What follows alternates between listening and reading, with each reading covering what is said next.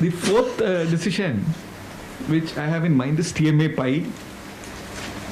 Do you have the citation? I have not just noted down. Give the citation also. I think you must be having the. It will be there. Now, in this case, 11 judges had to assemble to decide the issues. Now, why 11 judges, you may ask. In 1992, one Supreme Court case is page 552, if I remember correctly, St. Stephen's versus the 5 judges bench, the Constitution bench, came to be delivered. The issue which was contemplated in the said decision was the effect of the interplay between Article 29(2) and Article 30 of the Constitution.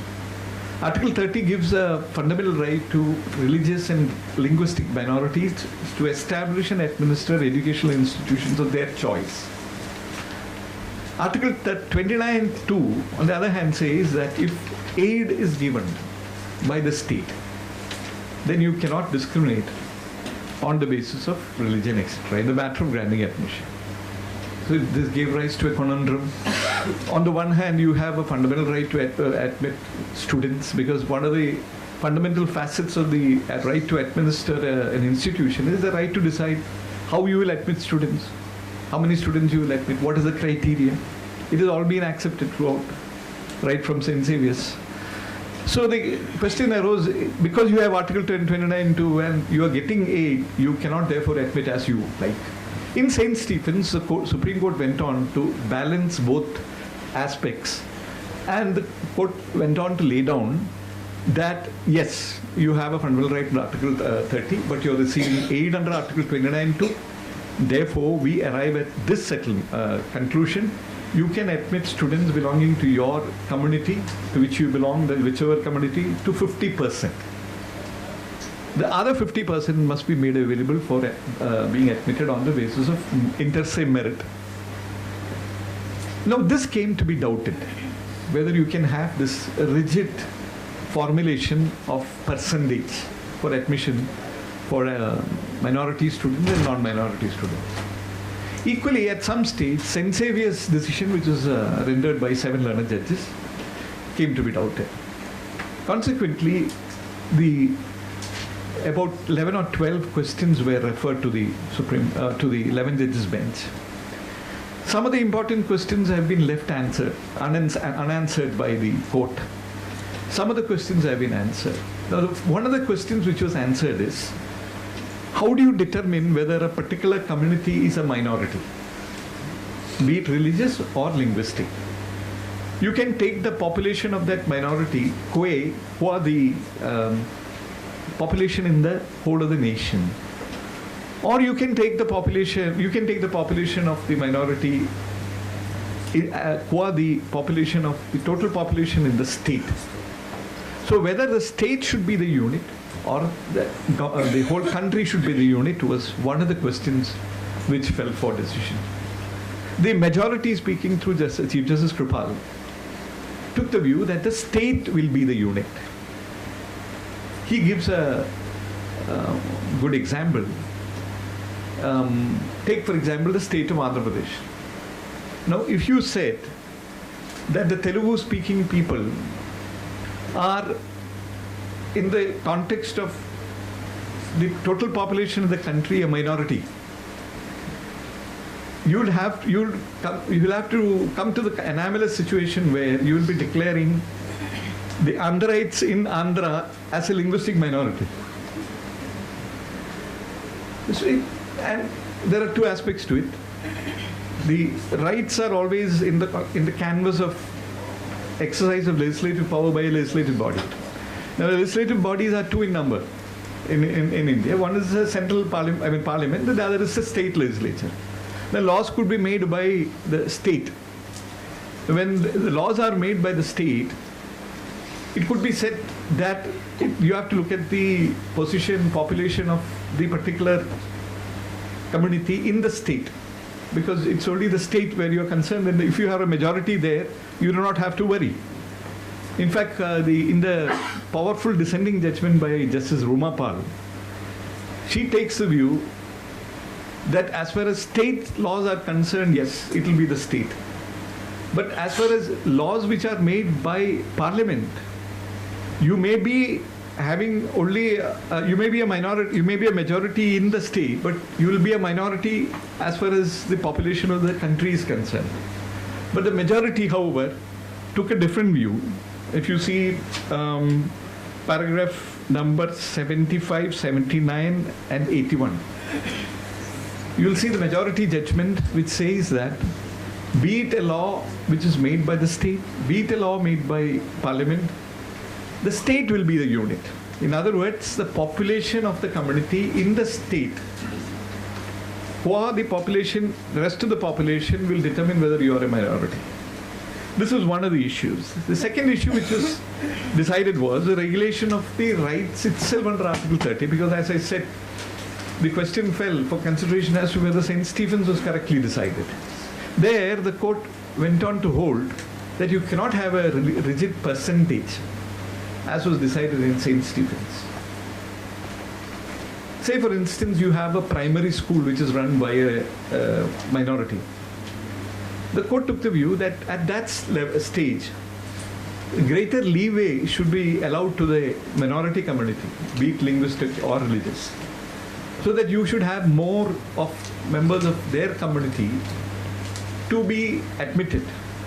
As you graduate upwards and you reach the stage of professional education, the percentage will naturally narrow down, it will come down. And the rigid percentage, in other words, as laid down in St. Stephen's, was whittled down, in other words, by the 11 judges bent by the majority. The court also took the view that under the guise of Article 30, you cannot maladminister, which is in fact an oft repeated, it's a platitude, almost a constitutional platitude, because right from re-Kerala education, 1958 Supreme Court, it has been the law that no minority has a right to maladminister and can take shelter under Article 30 and say we have got a fundamental right. No right. You may always take one thing in your mind as lawyers, that no right really is absolute. The Einstein's theory of relativity is equally applicable in the field of law. When you talk of an absolute right, I think you are talking about an idiot. Because you are not really seeing the canvas in which you're talking about it. Every right is relative, like everything is relative in the world, except things which we consider to be beyond the field of relativity. The court therefore held that what is given to the minority under Article 30 is available to the majority community under Article 19(1)(g). 19(1)(g), will anyone tell me what does it provide for? Youngsters, not the right to carry on trade. Right to carry on trade. It is available to only. It's a company, a citizen. Which shareholder can impose this right? Oh. You have put in how many years? Sir? You have put in how many years? 6 years now. Okay. Very good. Now, therefore,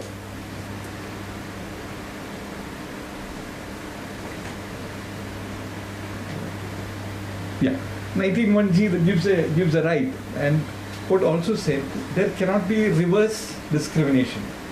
In other words, you cannot discriminate against a minority community, but you cannot also discriminate against a majority community. The whole idea of giving minority rights by the founding fathers was the experience of the Jews in Germany, where they found that because they didn't have a constitution like we had, and when Hitler came and overran Germany and the rest of the countries around it, they trampled upon the rights of the minorities. They took away the most fundamental right, which is the right to equality.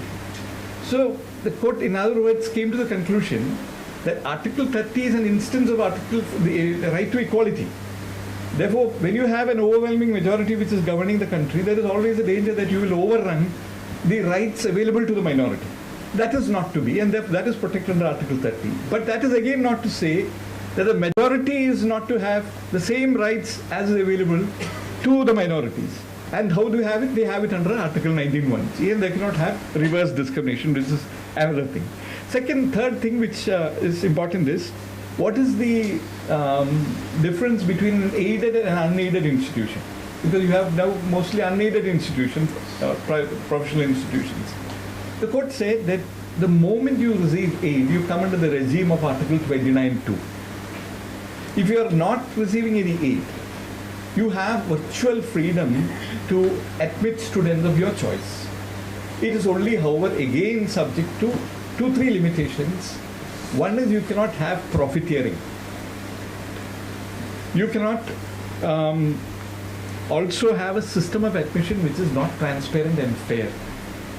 This flows from Unikrishnan versus State of Andhra Pradesh, the decision which is reported in 1996 Supreme Court, which, as you know, laid out a scheme, and it took the view that there is in fact a right to education, fundamental right to education, which was based on a directive principle. And later on, it came to be whittled down to a fundamental right to education was in fact recognized through the enactment of Article 21A by Parliament itself.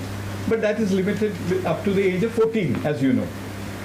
So the 11 judges bench in fact overruled Unikrishnan, and this general right to education, which was spoken of in the said decision, was overruled.